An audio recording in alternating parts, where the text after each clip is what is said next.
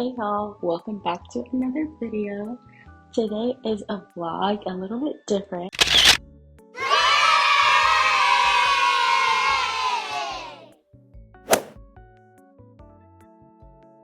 We're going to be going to SeaWorld Orlando. Fun fact, we live very near SeaWorld, so honestly, it's right around the corner for us. But this is going to be a really fun day. We've been wanting to take our daughter to the aquarium for a long time. And you know what? Our family was like, oh, we're gonna go to SeaWorld. We're like, okay, we'll come with. And this is like the perfect aquarium because they have so many of them. And this will be her first time at an amusement park. I mean, like I said, I'm from the area, so like Disney, Universal, Busch Gardens, those are more like so what I think of theme parks. I mean, SeaWorld is a theme park, but let's be honest, we're not really there for the rides. We're there for the entertainment of the absolute fantabulous marine life. And yeah, so I can't wait to go. And let's get into it. So we're back and we're about to leave. But first, we're just sitting out on the porch eating some breakfast. This is what I made her today. We got some bananas and some berries, strawberries and blueberries. Very, very nutritious start to the day. And we're matching. Actually, we're gonna be matching even more because she's wearing these little black Converse. I have black Converse. They're high tops though, so I was debating on if I should wear them, but I think we'll be fine. Honestly, we're not gonna be walking for that long. Hey y'all, so boy was I wrong. Actually, we ended up staying longer than I thought we would. We still got back relatively early, as you guys can see. I'm editing on the same day and it's still daytime, but we ended up walking, I want to say like 10,000 steps. What is that, like 4 miles or so? That's not too bad, but for me in those Converse, my feet was so dead. Because we're not going to be there too long because we have a baby. But anyways, and my mom is bringing me a hat from my house that is also hot pink, so then we'll be fully matching. I don't know why, but this girl is trying to climb over the railing, guys.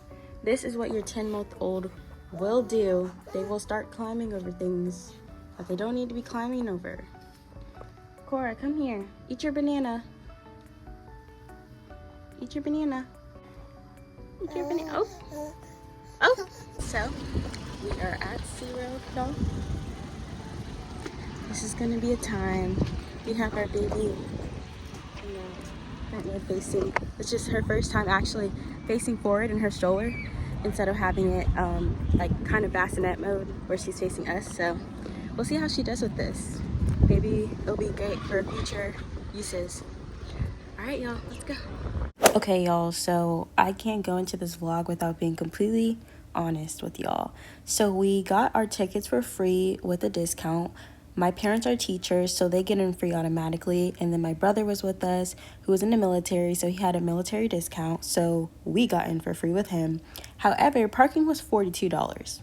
That's wild. They said it was taxes or something. I don't know. Don't remember it being like that ever. But if you guys are planning to go to SeaWorld and you're paying for your own tickets, remember that parking, for some reason, is going to be $42.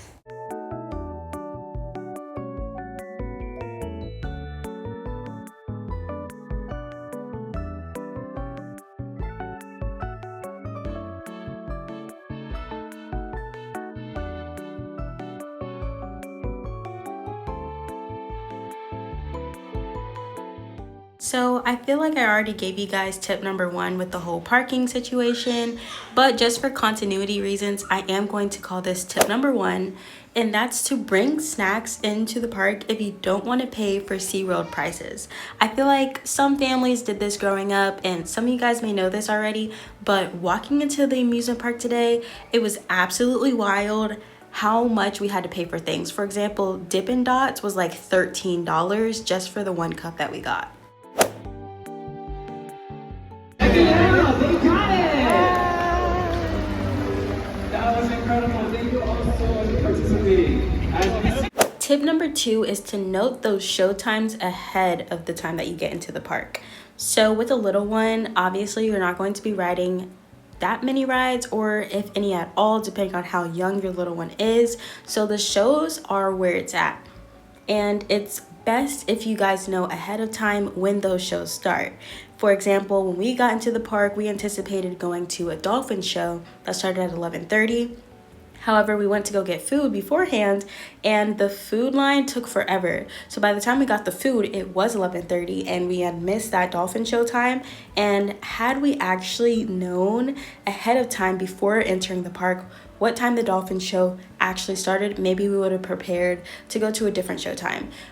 Which we ended up going to a different show time for the dolphin show, but it would have been helpful to know this information before we got into the park.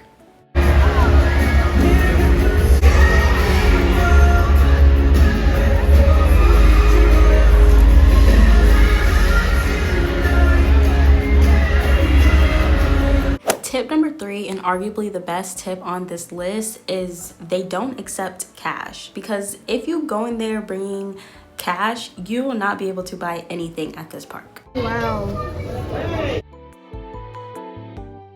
Tip number 4 might be a little bit obvious for some, but this is to keep a general consensus of where you are located in the park at all times. This is for safety reasons. If you guys need to know where the nearest exit is, how fast you can get to your car. But I'm also saying this so you guys don't get lost. We hadn't been to SeaWorld in literal years, so we forgot the layout of this park so many times. I kid you not, we had passed and walked in circles around the same places over and over again to get to specific places because we just hadn't actually been familiar with the layout of the park and we didn't really take the time to stop and look at the maps. So if you need to do that, just go ahead and get acquainted with the park before you go inside. It may seem obvious, but honestly, we made that mistake and we're Florida natives who has been to SeaWorld multiple times and we still forgot. So just saying, this is probably one of the most underrated things that you can think about while going into the park, but is very important.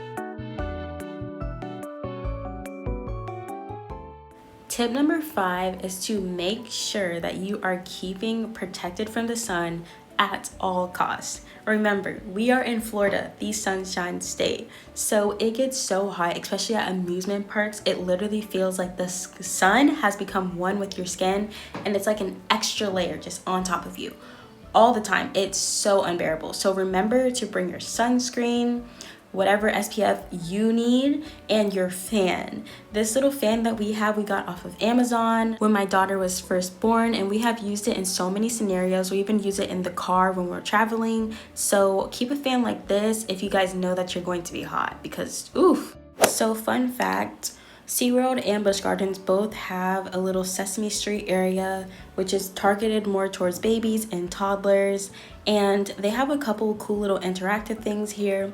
They even have a little baby nursery where you can feed your baby or change their diapers if need be.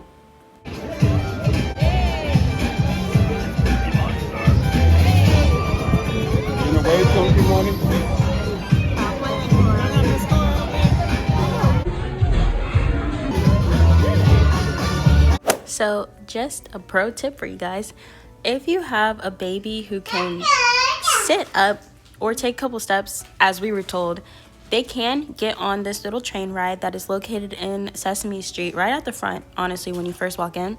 So this was cool. I actually had no intentions of her riding anything because I didn't know she could, but we went up there and sure enough, they said as long as she can sit up on her own, she can. So here's my little 10-month-old riding her very first ride at SeaWorld, and I thought this was really fun and useful for you guys to know. So yeah.